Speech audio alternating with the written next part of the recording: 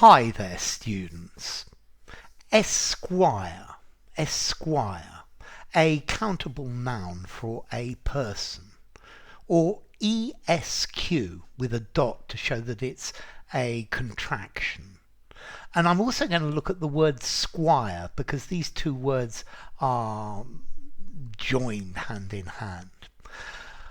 Okay, so when do you use esquire? Well, when you write a letter to somebody, I know it's already something old-fashioned, but you could write John F. Symes, ESQ dot, or John F. Symes Esquire.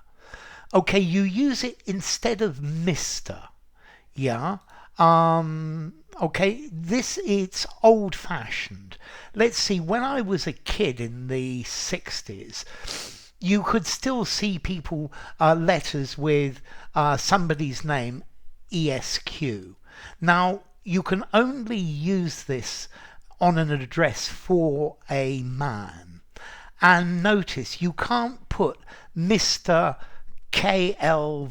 Pate Esquire. You put either one or the other. K.L. Pate Esquire or Mr. K.L. Pate. Okay, so Esquire, ESQ.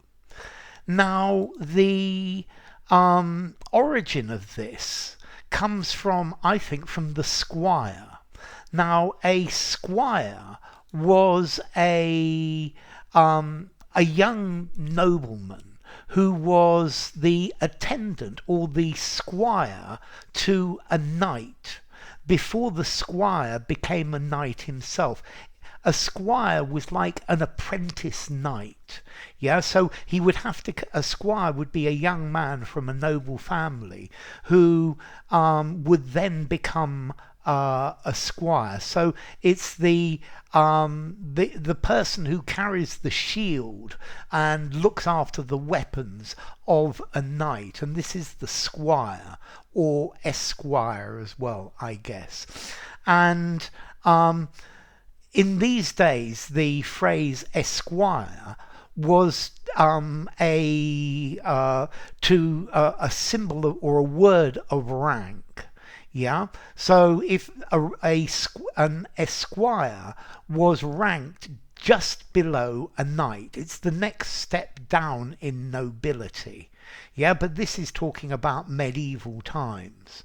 Yeah, so effectively the squire, the person, the attendant of a knight who himself hopes to become a knight one day. Okay, and that's the idea of esquire or squire.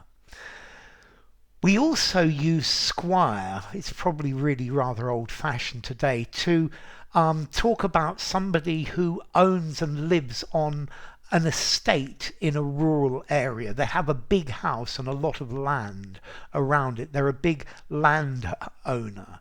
So the squire of Walthamstow Hall, yeah, okay, the squire, this it's a country gentleman, it's the lord of the manor. Yeah, but there are very few people nowadays who I would call squire. But this word does continue to exist in informal Cockney, I would say, instead of sir. So, yes, squire, I'll get you your drink right away. It's a way of saying sir. Yeah, whatever the squire requires, I will make. No, squire. Yeah, do you know where this is? Well, go that way, squire, and turn left. But notice this is very informal, very London as well. Yeah, so squire. So let's go back to the beginning of this. Okay, ESQ dot Esquire. You could write Esquire as well, on an address, on an envelope. An interesting fact about that is if you receive an invitation to go to Buckingham Palace, if you're a British man, then the invitation, the letter will say Esquire after your name. However, if you're foreign, it will say Mr. without Esquire. So I think it's assuming that all British men are gentlemen and above. Actually, notice that an esquire is a rank above a gentleman. It's above a gentleman but below a knight. Apparently also the Americans use this word, or this ESQ dot, for a lawyer. Anybody who is a lawyer, both male and female, but not in the UK. Okay, I think that's an Americanism.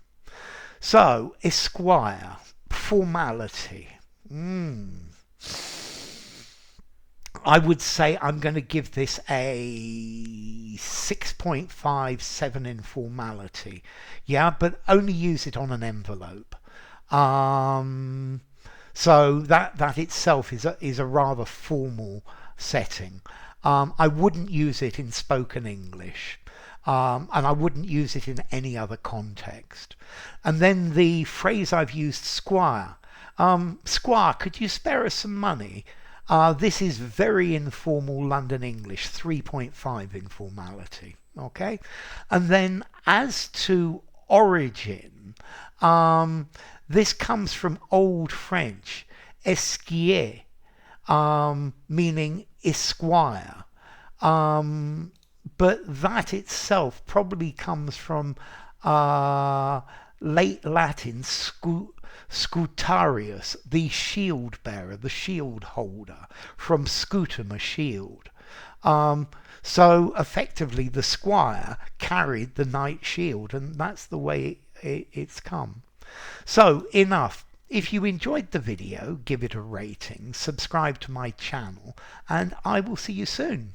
Bye for now. Esquire, ESQ, Squire.